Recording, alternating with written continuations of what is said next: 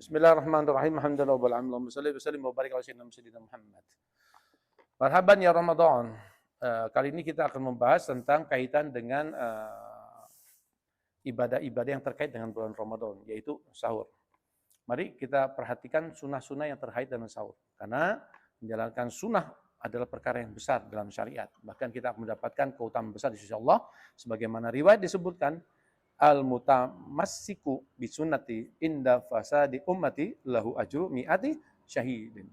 Siapa saja orang yang masih menghidupkan sunnahku, dalam arti masih mengerjakan sunnahku, di zaman orang sudah tidak peduli dengan sunnah kanjeng Nabi, maka akan mendapatkan pahala 100 syahid. Ini suatu yang besar.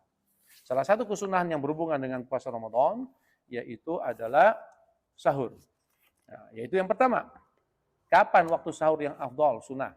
Maka kanjeng Nabi bersabda dari riwayat hadis, umatku akan senantiasa berada dalam kebaikan selama menyegerakan berbuka dan mengakhirkan sahur. Hadis riwayat Ahmad.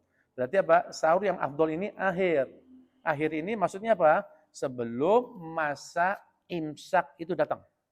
Ya. Nah, sekarang pertanyaan kedua, kapan imsak tersebut? Imsak adalah menahan. Kita tidak berbuat hal-hal yang membatalkan puasa sampai datangnya azan subuh.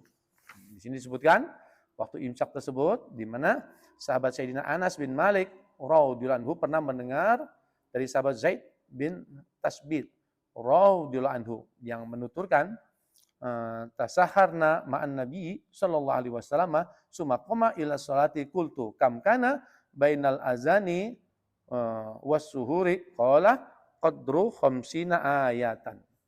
Kami pernah makan sahur bersama Nabi Shallallahu Alaihi Wasallam. Setelah itu kami melaksanakan sholat. Maka sahabat Sayyidina Anas bin Malik berkata, berapa jarak antara azan dan sahurnya?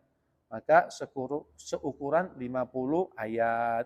Hadis Bukhari wal Muslim. Sebagian ulama mengartikan, yaitu kanjeng Nabi berhenti dari hal-hal yang membatalkan puasa, yaitu melakukan imsak, yaitu seukuran 50 ayat, yang mana kurang lebih 15 sampai 20 menit.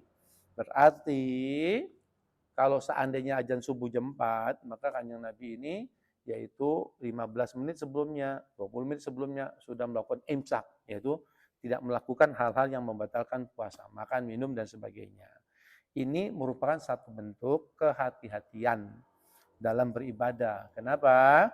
Karena dalam waktu imsak tersebut, jeda 15 menit, 20 menit, kita memastikan, yaitu salah satu diantaranya, yaitu mulut kita ini sudah tidak ada sisa makanan, sisa minuman yang masih ada di mulut kita. Sehingga dalam waktu tersebut, yaitu apa? Mulut kita bersih. Karena kalau masih ada sisa makanan yang kita ketahui dan terlewat masa masuk fajar dan kita tertelan dengan sengaja karena kita tidak berusaha membersihkannya, maka menjadi batal daripada puasa kita. Na'udzubillah min dzalik. Maka dari itu pastikan kita ini ada waktu jeda, yaitu membersihkan hal-hal yang bisa membatalkan puasa yang berhubungan dengan sahurnya kita tersebut. Sehingga ini salah satu daripada hikmah daripada kita melakukan imsak tersebut. Nah, lalu berikutnya, kesunahan berikutnya, yaitu apa yang kita konsumsi untuk sahur. Di sini disebutkan nikmah sahurul mukmin at-tamru. Makanan sahur yang baik bagi seorang yang beriman adalah kurma. Hadis riwayat Abu Daud dan Ibnu Hibban dalam sahihnya. Jadi di sini kanjeng Nabi mengajarkan kita makan yang terbaik itu adalah kurma. Nah, boleh kita makan yang lain, tapi paling hendak awalnya kita makan kurma untuk mendapatkan pahala sunnah tersebut. Ternyata ada satu keutamaan kita makan kurma di awal sahur kita yang masih bercampur dengan air liur kita. Bil makna, kalau kita bangun untuk makan sahur, maka kita jangan gosok gigi dulu, langsung kita makan kurma. Karena disebutkan, kullu tamro ala reqi fa innahu yaqtulut duda. Makan kurma yang tercampur dengan air liur kita, itu akan menyebabkan dapat membunuh cacing-cacing yang ada di dalam perut. Bil makna bisa dimakna juga, semua gangguan-gangguan yang ada di perut kita, pencernaan kita, maka akan bisa diatasi dengan makan kurma yang bercampur dengan air liur kita.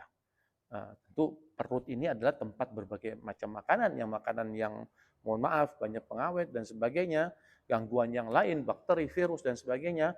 Dengan makan kurma yang bercampur dengan air liur, maka akan bisa mengatasi sehingga kita menjadi sehat. Nah, seperti itu.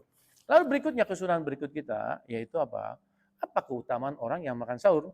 Di sini dalam riwayat disebutkan tasaharu fa inna fis suhuri barokatan. Sahurlah karena di dalam sahur ini terdapat keberkahan. Hadis riwayat Bukhari Muslim. Sehingga orang yang sahur dapat berkah. Apa itu berkah? Ziyadatan lil khair.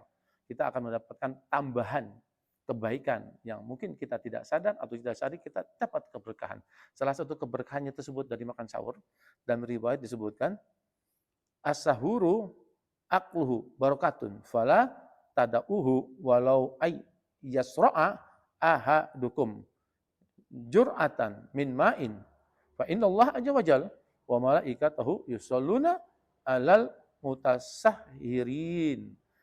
Makan sahur itu adalah berkah. Maka jangan kalian tinggalkan walaupun hanya dengan meminum seteguk air. Karena Allah Subhanahu wa taala dan para malaikatnya bersolawat bagi orang-orang yang melakukan sahur. Hadis riwayat Ahmad. Subhanallah. Jadi orang yang makan sahur maka akan mendapatkan salawat daripada Allah, salawat dan para malaikatnya. Sehingga satu salawat adalah bentuk rahmat dari Allah untuk hambanya. Sehingga kalau seandainya kita diberikan rahmat oleh Allah, maka kita tentunya akan selamat dunia wal akhirah. Maka dari itu besarlah keutamaan makan sahur tersebut. Ya, lalu bagaimana cara kita makan sahur yang terbaik, afdol, yang sunnah? Maka sunnah makan sahur itu bersama-sama, terutama dengan keluarga ya. Sunnah berkumpul untuk makan sahur bersama berdasarkan riwayat hadis sahabat Zaid bin Sabit radhiyallahu yang dimana dikatakan kami pernah makan sahur bersama Nabi SAW. Setelah itu kami melaksanakan sholat. Yaitu riwayat hadis yang mendukung yang lain, yaitu ahabbu ta'ami ilallahi ma kasurat alaihil aidi. Makanan yang paling disukai Allah adalah makanan yang banyak tangan ikut makan di dalamnya. Hadis riwayat Abu Ya'la, Ibnu Hibban atau Brani al-Bahaki. Berarti usahakan kita makan sahur dengan keluarga, yaitu dengan anak, istri, dan sebagainya. Itu merupakan satu hal yang sangat indah. Wallahu a'lam bishawab. Semoga Allah Subhanahu wa taala memberikan kepada kita yaitu bisa menghidupkan sunnah-sunnah kita di awal aktivitas kita, yaitu untuk melakukan puasa Ramadan, yaitu saat kita sahur dengan melakukan apa-apa yang sudah pernah diajarkan oleh Rasulullah SAW. Sehingga kita tercatat sebagai hambanya Allah, umatnya Kanjeng Nabi yang dicintai oleh Allah dan Rasulnya. Subhanakallahumma bihamdika asyhadu an la ilaha illa anta astaghfiruka wa atubu ilaik. Assalamualaikum warahmatullahi wabarakatuh.